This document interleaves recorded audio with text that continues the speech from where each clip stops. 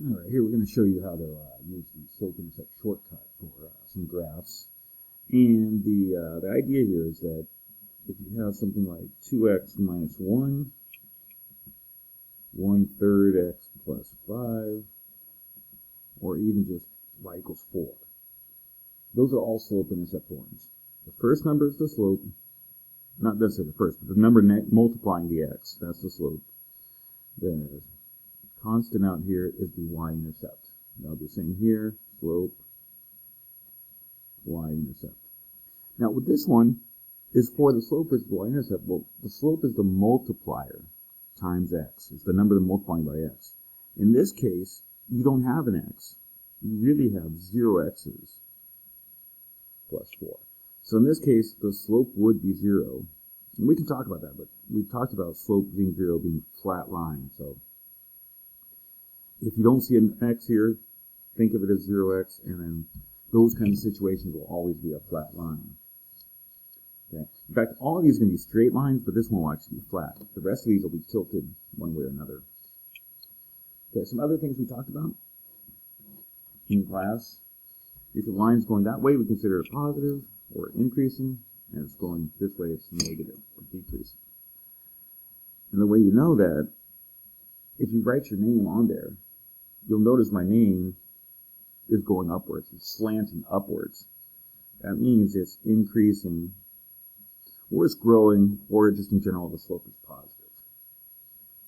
In this case, as I write a word on here, you'll notice it's going downwards. The word is going downward, and it's decreasing then.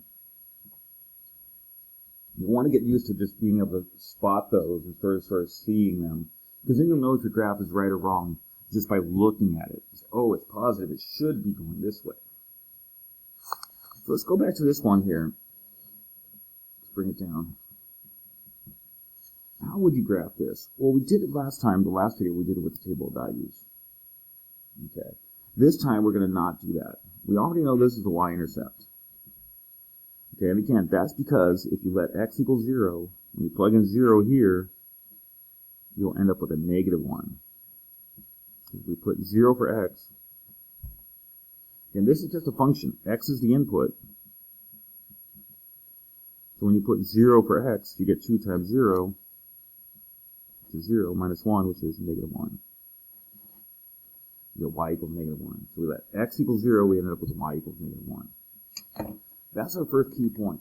And again, it's important to have a nice straight graph. I misplaced the ruler, so I will use this nice straight edge, and it gets the job done. Okay, so what is this? This is on the y-axis. That's the y-axis. The y-axis goes up, positive, and down, negative. So y equals negative 1, that's the point on the y-axis. Now the slope here, that's 2, or we can think of it as 2 over 1. The reason we do that is the 2 tells us how far to go up, and the 1 tells us how far to go over. So you start at your y-intercept, that's your starting point, and then it's telling you go up 2 and across 1. So you go up 1, 2, and across 1. There's another point. You go up 1, 2, and across 1, up 1, 2, and across 1, and those should all be in a straight line like that. And again, if you count it up, and this is easier to see on graph paper, but you're counting up 2 boxes and across 1 box. Okay. And again, if you want to, you can always make a table of values to verify that these points come in.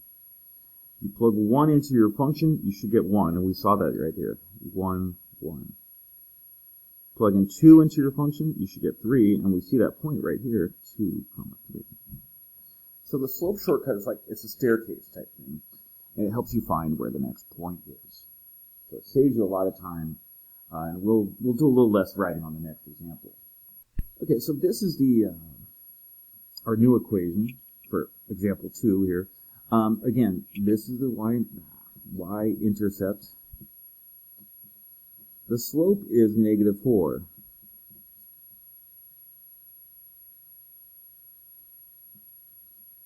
the y-intercept is positive 3. But pay attention to the negative 4. That negative, whether it's positive or negative in front, makes a big difference. How do you interpret the slope of negative 4? Well, we'd rather have that as a fraction. We'd rather have things as a fraction in this case. Because again, that gives us a change in y, or the rise, and a change in x, or the run. So on a graph,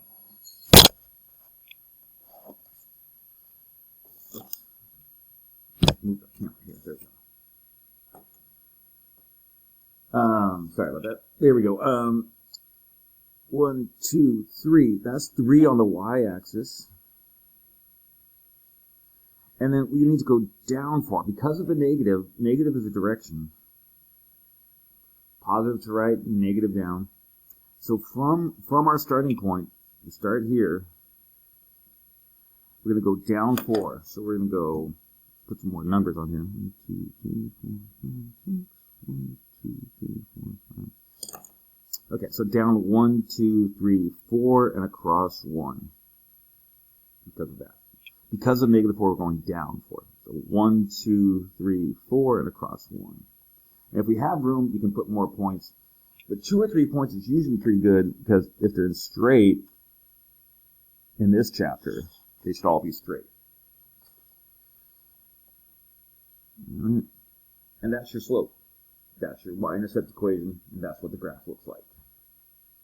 And again, we went down 4 and across 1. Down 4, across 1. Now, if you look at things differently and say, well, I came from this point over to this point, you could do that. That would be up 4, but take a look, be careful here. You're heading in the negative direction. You're heading towards the negative number, so that would be a negative 1. So 4 over negative 1, or negative 4 over positive 1, those are both the same numbers. These are exactly the same. Okay, so whichever way you count it, just pay attention to down is negative, positive is to the right.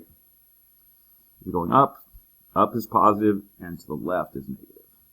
So it's all about direction. Again, positive this way, negative that way. Positive up, negative down.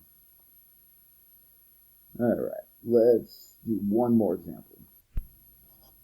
Okay, in this example, our slope is already a fraction, which is actually great. We always want our slope to be a fraction because it's change in y, or the rise, and change in x, or the run. The negative 3, that again is your y-intercept. So like I said, this gets faster and faster than what we graphed last week. We no longer need the table of values. I'm going to do this one pretty quick, and your homework today should go pretty smooth.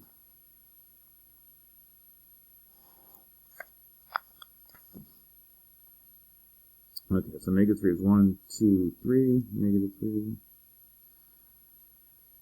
And the slope is 2 over 5. 1, 2, 3, 4, 5. 1, 2, 3, 4. This is, yeah, we're going to run out of room pretty soon. Okay, so our slope, y-intercept was negative 3, so we put the point there. We're going to, from here, from that start, we're going to go up 1, 2, and across 1, 2, 3, 4, 5. That's our second point. We went up 2, and across 5, because that's what our slope said to do. Again, if you made a table of values, what you would notice is, as your x changed by plus 1, plus 1, plus 1, this would actually be changing by 2/5, or 0.4, 0.4, 0.4. So if we do that then, connect these, get a straight line, bingo, bango, we are done. And again, it is going this direction, so it's a positive slope, up and over, and there's everything we need to know. Thanks for watching, and try out the homework.